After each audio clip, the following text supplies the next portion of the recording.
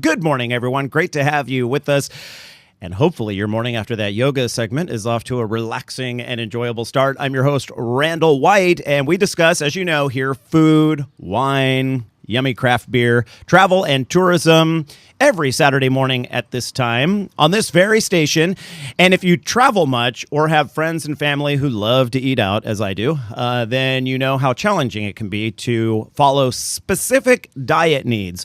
It might be counting calories. Maybe you want to gain weight. Maybe you want to lose weight. Maybe you're trying to maintain. Others are vegetarian or vegan, and there's a growing number of those looking for gluten-free or diabetic-friendly menu items as well. Well, now there is a website and soon an app to aid you in finding just the right place and choosing the menu items that work best for you. And if you, well, we'll get to that in just a moment. There's another really cool twist to this. Jason Lewis joins us in studio now to talk about his project. It's called ThinDish, and he'll explain how it works. Welcome to the program, Jason. Thank you. And thank you for coming up. He came up from Calabasas today for the show. You are now officially our longest distance person to come to be in studio. Most people are like, can I call? Can we do this by? And I'm like, yeah, go ahead. Oh, but it's so beautiful here. I was really excited to make the trip. Yeah, San Luis is a fun place to go. I don't even remember how I found ThinDish. And you probably would want to know. Oh, I know how it was. No, I do remember. You followed us on Twitter. Oh, cool. And when you see the different followers, and I was like, ThinDish, what's that? Because I'm in the process of dropping a couple pounds. Yep. And so I'm like, well, I'm going to check this out. So I checked it out, and I'm like, this is really cool. Awesome. And if the app works the way that you have intended it to work in the future, I'm going to love that app. But so far, I really like the website. Let's talk about the concept first and foremost. What were you thinking when you developed ThinDish? Gotcha. Well, the main point of ThinDish was I started developing it about a year ago. I lost a bunch of weight when I was working. I was working a 9-to-5 job. Eating out at restaurants all the time. A desk job? A desk job. Yeah, that's the killer. And I was basically eating at restaurants all the time, and I got up to about 270 pounds. Oh, wow, so, you have lost So lost a whole bunch of weight by basically going to restaurants and eating meals that were under 600 calories. And I basically looked at the restaurants that were close to us and did my own kind of estimate of what I should eat at those restaurants.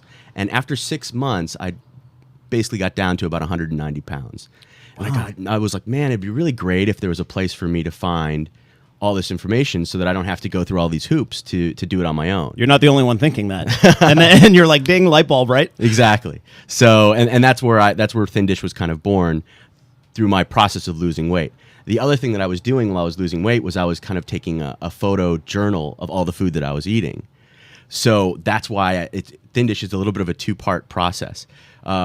We want to find out what's at the restaurants, and then we also are helping people by log and photo journal their kind of journey on their weight loss. Well, not everyone has a smartphone yet, but a lot of people do, and it's so easy to take a picture. People are already snapping a ton of food porn anyway just to share on Facebook or Twitter, whatever it might be. So why not take a picture of your meal and find out the calorie content, right? Exactly. And it's something that's fun and social to do, because right now a lot of people recommend that, logging your food is a really great idea, but it's kind of boring, and there's no reason that I would want to show you my log. I mean, you want to see that I ate 2 eggs. It's kind of... And it's difficult, too, because not everything has the caloric value. And I notice a lot of times if I go on to something that shows me what the calories will be, there's some item that I have substituted that's not part of it, like brown rice versus white rice or something like that. And I'll look and I'll think, well, that doesn't really match what I'm doing, but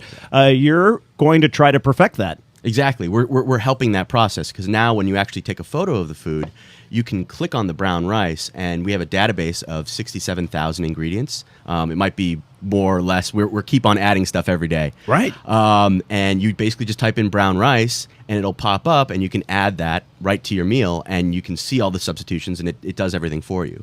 That's awesome. Of course, the restaurant has to be honest with you as to what went into the what went into the dish. How much butter was really used in making those mashed potatoes, or what have you. So you're sort of like Subway's Jared, but you just went to a lot of different places, not just one. Yeah. Instead of promoting a chain restaurant, if you will, I decided to open my own business. Yeah, right. which makes me a little nuts, but why not? It's fun. No, I fully understand.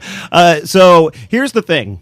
I I do eat at chain restaurants, but I prefer to support the local economy, whoever, the mom and pop. Plus, I think the food is better there, and you get a wider range of tastes and flavors and that sort of thing. So I have found with many of the apps or websites that are out there along the same lines as ThinDish, it's always the Applebee's, the Olive Gardens and stuff like that are in these apps, and never the mom and pop places. Or like, we have a great restaurant here called Big Sky Cafe that I love. That wouldn't be on something. Exactly. But in your case, I noticed people can nominate restaurants, right? Like they can say, hey, I eat at this place. Can you make it part of your program? Yeah. Well, the other part of what we do, which is kind of on the back end, not for the consumer side, but for the restaurant side, is we have a website called ThinDishPartners.com. And restaurants can go onto there and they can access, we have built a nutritional analyzer that's FDA compliant. Really? And they can upload their recipes to the website, and they actually get a full nutritional label given back to them. And they also get the full, like a breakdown of if it's high protein, low carb, diabetic friendly, low sodium. So it really adds a great value to their menu. Once that information is completed, we then take that and provide all that on thindish.com.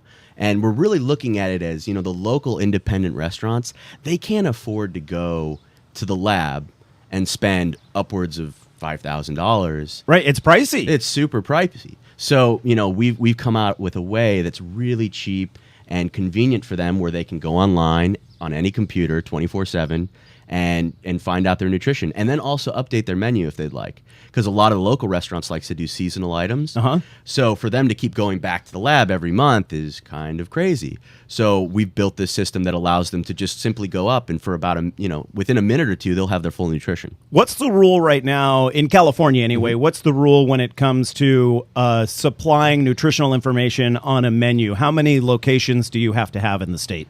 10 locations. 10 locations. So almost by default, the places that are going to have that information are chains. Correct. And so they can afford, because they're spreading it out over 10 restaurants, a cost like that.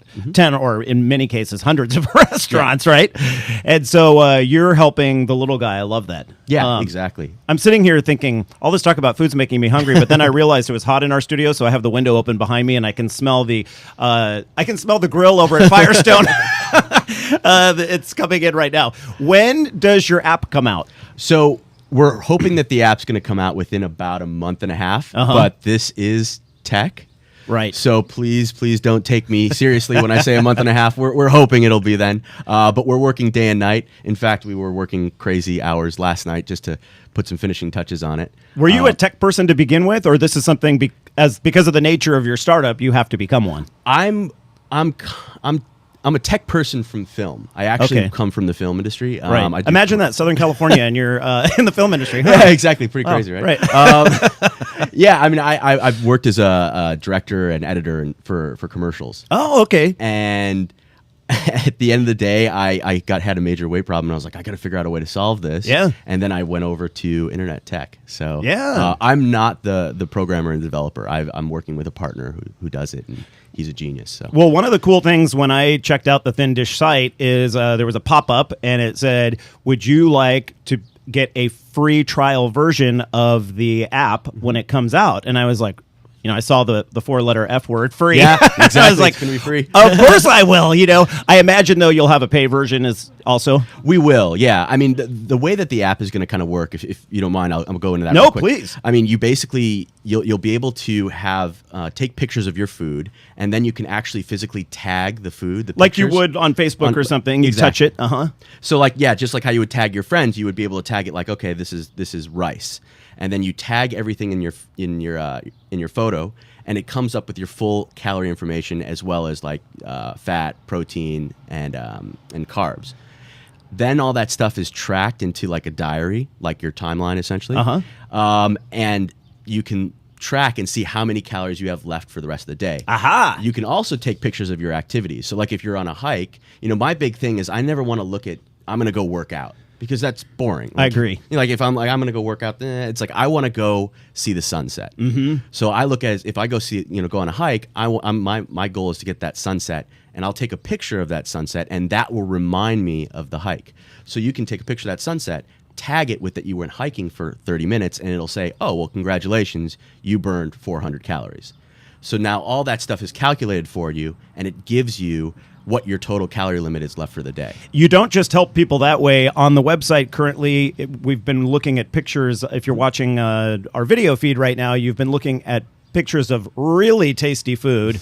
You have some recipes. We only have about 30 seconds left for you to talk about those. Gotcha. How do you choose the recipes online? The recipes from the blog? From the blog, yes. Okay. Actually, my sister, who's a chef, she's been going and creating these recipes and finding out different alternative ways to make items, thin dishes. And they're all under 600 calories. They're all under 600 calories. Well, your sister must be an amazing cook because the photos are really nice. Yeah, she is. Some of that stuff is amazing, and it's all healthy too. I highly recommend it. Jason Lewis, check out ThinDish, THIN, and then DISH.com. And I cannot wait for the app to come out. That's going to be exciting. So throw me an email and let me know when it's out, and we'll mention it on the air. Absolutely, yeah, and I'll send you some stuff. Thank you so much for having me. Sounds great. Thank you, Jason. Coming up next, we're taking a look at some wine country luxury properties offering some bargain pricing right now. It is our popular travel deals segment. You don't want to miss it. You're listening to the Eat, Drink, Explore Radio Network. I'm your host, Randall White, and we are back in just a moment.